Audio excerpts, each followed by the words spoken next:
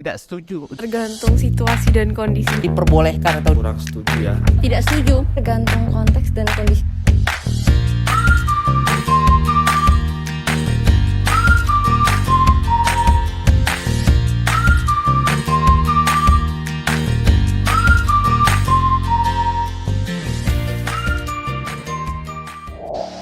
Halo, jadi di sini kita mau interview. Jadi sebelum interview kita bakal kenalan dulu. Perkenalkan, nama saya Vivi. saya Ibu Roslinawati. Jocelyn. Erwin Guru Standar. Alexia. Saya di sini dengan Pak Gatot.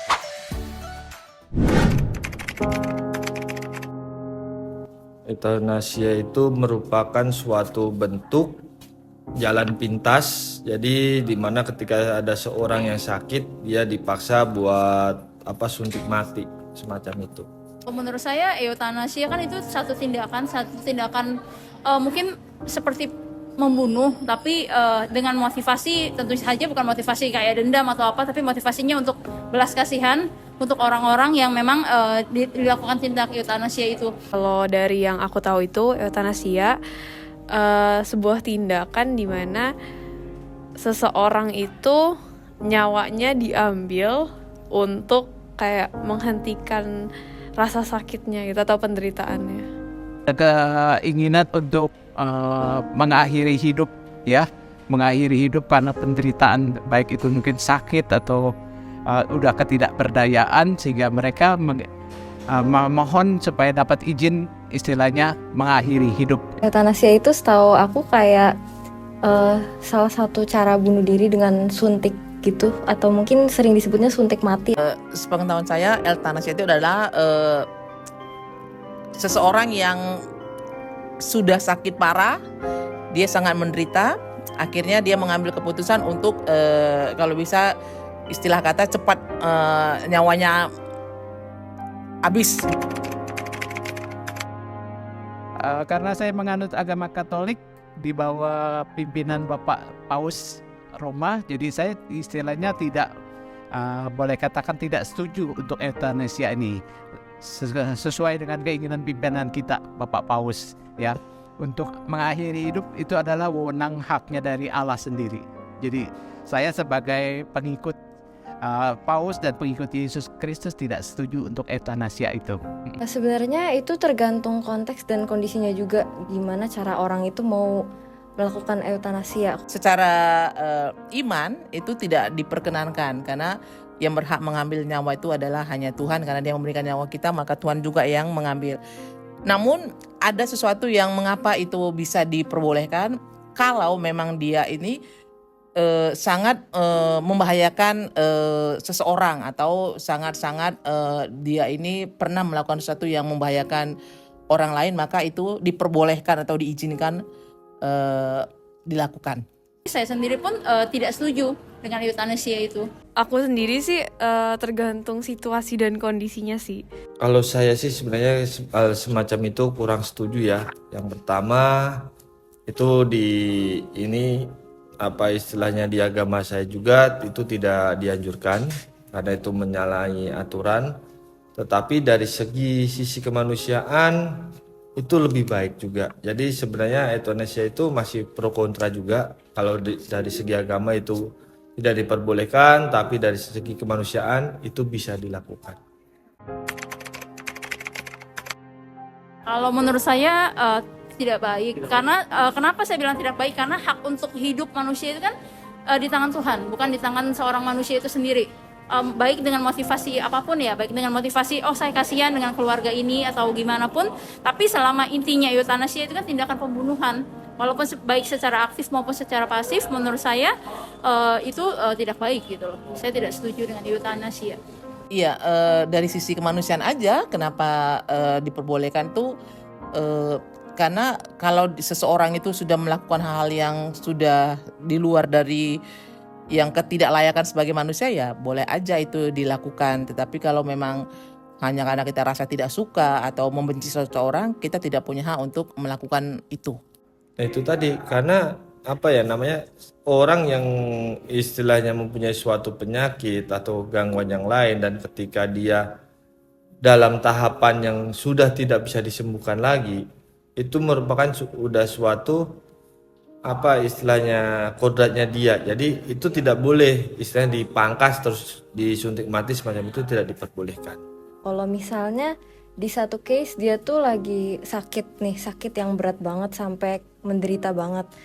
Kalau itu mau dieuthanasia ya mungkin boleh-boleh aja demi biar dia nyaman, udah nggak perlu merasakan sakit atau sengsara lagi. Tapi kalau dia tuh kayak terlalu kayak putus asa atau bunuh diri untuk sesuatu yang sebenarnya tuh masih bisa diperjuangin gitu sih, aku nggak setuju. Soalnya kan setahu aku euthanasia itu ada kayak yang voluntary sama yang ternyata non consent gitu kan. Ada yang terpaksa, ada yang pasif, ada yang aktif. Nah tapi itu lebih ke yang terpaksa atau enggaknya sih. Andai kata seorang pasien itu emang udah bener-bener kayak yaudah deh, dia udah mengizinkan dan dia emang mau, itu kemauan dia, aku rasa walaupun sebenarnya kurang setuju dengan manusia menghilangkan nyawa manusia, tapi ya kalau emang itu pilihan dia, emang kita bisa apa. Tapi kalau misalnya euthanasia yang kayak pihak lain itu memutuskan secara sepihak tanpa sepengetahuan misalnya si pasien, itu aku nggak setuju. Itulah istilahnya. Karena saya juga pernah mengalami untuk keluarga saya, khususnya anak saya yang istilahnya mengalami demikian. Saya melihat anak yang tersiksa gitu ya, sampai katanya dari segi kesehatan sudah tidak memungkinkan, lebih baik alat medis itu dicabut gitu ya. Alat medis itu dicabut supaya berakhir kehidupan anak saya itu. Tetapi beberapa imam yang mengajarkan saya, kamu harus berdoa gitu, bukan tangan kamu yang istilahnya memutuskan untuk hidup untuk mati. Jadi dengan kekuatan doa, kalau memang Allah mengizinkan, anak itu akan diambil kembali gitu. Jadi bukan kita yang memutuskan untuk mengakhiri hidup seseorang, tetapi dari keadaan, boleh katakan dari Allah sendiri yang nanti akan memberikan kehidupan itu sendiri itu. Makasih. Terima kasih Bros. Terima kasih Pak atas waktunya. Oke, itu aja dari Jose. Terima kasih. Sekian untuk interview kita pada kali ini dengan Alessia. Terima kasih. Oke, baik. Terima kasih Pak Erwin untuk kesempatan interviewnya. Definisi euthanasia menurut Gereja Katolik. Berdasarkan KGK 2002-77, euthanasia langsung berarti bahwa orang dengan alasan apapun dan dengan cara apapun hendak mengakhiri kehidupan orang cacat, sakit, atau yang menghadapi ajalnya. Ini tidak dapat diterima secara moral.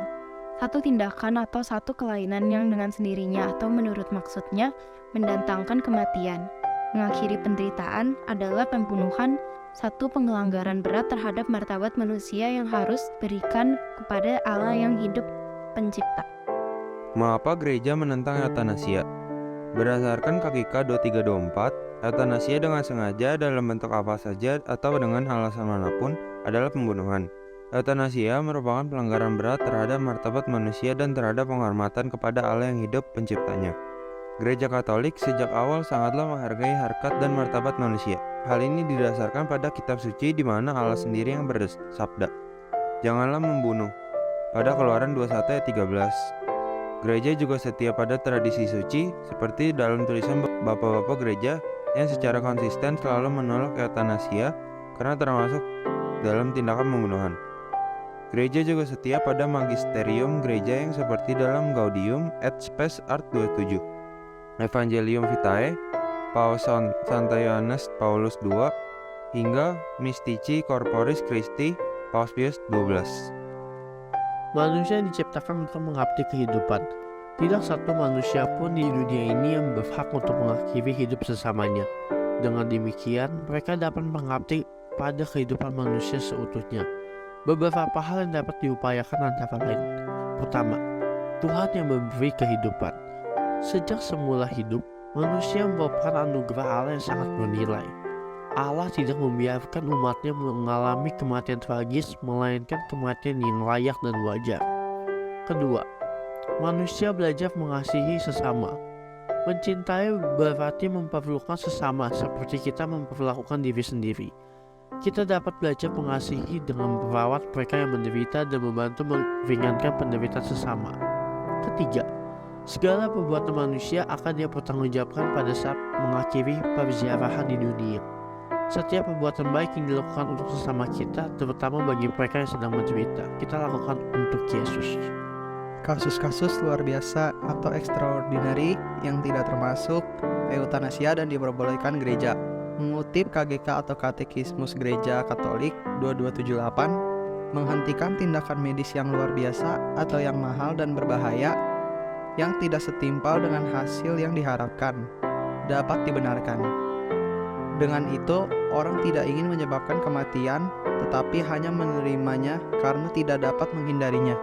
Keputusan harus dilakukan oleh pasien sendiri, kalau ia dapat dan mampu untuk itu, atau kalau tidak, oleh orang yang diberi kuasa secara hukum, di mana selalu dihormati keinginan wajar dan kepentingan benar dari pasien. Sebagai contoh, seorang pasien sedang berada di ambang kematian karena terkena penyakit kanker. Dia sudah mengalami koma dan harus bernapas menggunakan respirator. Sang dokter mengatakan kepada keluarga sang pasien bahwa tidak ada lagi yang bisa dilakukan terhadap pasien supaya sembuh dan kembali normal, dan bahwa ia akan meninggal di waktu dekat.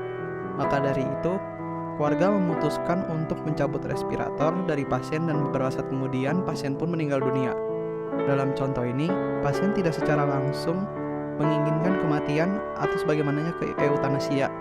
Namun pasien tersebut hanya menerimanya karena tidak dapat menghindarinya. Karena sudah tidak ada tindakan medis yang bisa menyembuhkan pasien itu, maka dari itu, gereja memperbolehkan umat Katolik untuk menghentikan tindakan medis luar biasa atau extraordinary means yang dalam contoh ini adalah respirator, meskipun hal tersebut mengakibatkan pasien meninggal dunia.